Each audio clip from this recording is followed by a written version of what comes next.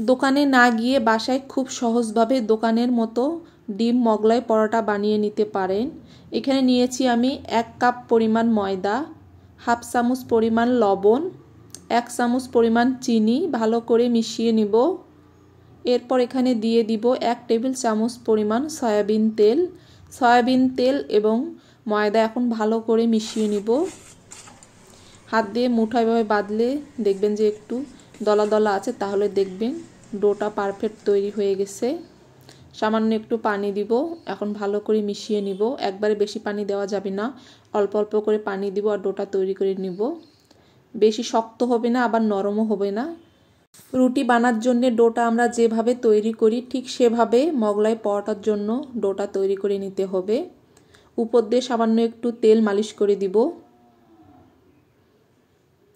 এরপরে সুতি একটা কাপড় দিয়ে ভালো করে ঢেকে রাখবো আধা ঘন্টার জন্য। এখন এখানে ভিতরের পুরটা তৈরি করে নিব। পেঁয়াজ কুচি, কাঁচামরিচ কুচি করে দিয়েছি।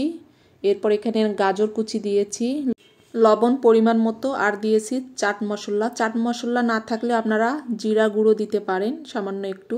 এরপর ভালো করে মেখে নিয়েছি। মেখে নেওয়ার পর একটা ডিম দিব। ডিম এবং সবগুলো ভালো করে মেখে নিব।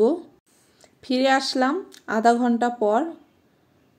পুরটা কতটা স্মুথ হয়েছে দেখেন। এখন ভালো করে আবার মেখে নিব। যত বেশি মাখবেন রুটিটা তত বেশি সুন্দর হবে, মোগলাই পরোটাও তত বেশি সুন্দর হবে। আমি একটা বড় দেখে মোগলাই পরোটা বানাবো, এই জন্য আমি একটা রুটি বানিয়ে নিব এই ডোটা দিয়ে। তো এখন বেলে নিব সামান্য একটু ময়দা দিয়ে। অনেক বড় করে রুটিটা তৈরি করে নিয়েছি।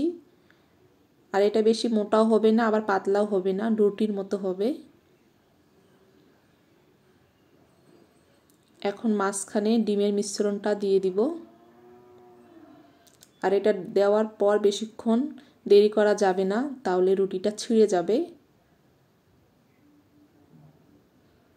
এখন দুপাশ থেকে রুটিটা মুড়িয়ে নিচ্ছি। ডিম একটু লাগিয়ে দিলাম যাতে করে খুলে না যায়। এখন সঙ্গে সঙ্গে এটাকে ভেজে নিব। উপর দিকে একটু টাল মারলেই খুব সহজে উঠে যাবে। আগে থেকেই আমি তেল গরম করে রেখেছি, এই তেলের মধ্যে দিয়েছি। আর আঁচটাকে মিডিয়ামে রাখতে হবে, আর উপর দিয়ে একটু করে তেল এভাবে দিতে হবে, তাহলে ভিতর থেকে ভাজা হয়ে যাবে, কাঁচা থাকবে না। এক পাশে ভাজা হয়ে গেছে তাই উল্টিয়ে দিলাম। উল্টে দেওয়ার সময় 2টা চামচ ব্যবহার করতে হবে, তা না হলে ছিটকে গায়ের মধ্যে পড়ে কোনো দুর্ঘটনা ঘটে যেতে পারে। অবশ্যই 2টা চামচ দিয়ে উল্টিয়ে দিবেন। ভেজে নেওয়া হয়ে গেছে। ঠান্ডা হওয়ার পর আমি কেটে নিব। বড় সাইজের একটা মোগলাই পরোটা তৈরি করে নিয়েছি। খুবই সহজভাবে দোকানের মতোই টেস্ট হয়েছিল, আর বানাতেও খুব একটা সময় লাগেনি, খুবই কম সময় লেগেছে। অনেক মজা হয়েছিল। যারা এভাবে মোগলাই পরোটা বাসায় কখনোই বানাননি, তারা একবার হলেও আমার এই মোগলাই পরোটা রেসিপি যদি ভালো লাগে বাসায় একবার হলেও বানাবেন, অনেক বেশি ভালো লাগবে। ভালো লাগলে লাইক, কমেন্ট, শেয়ার।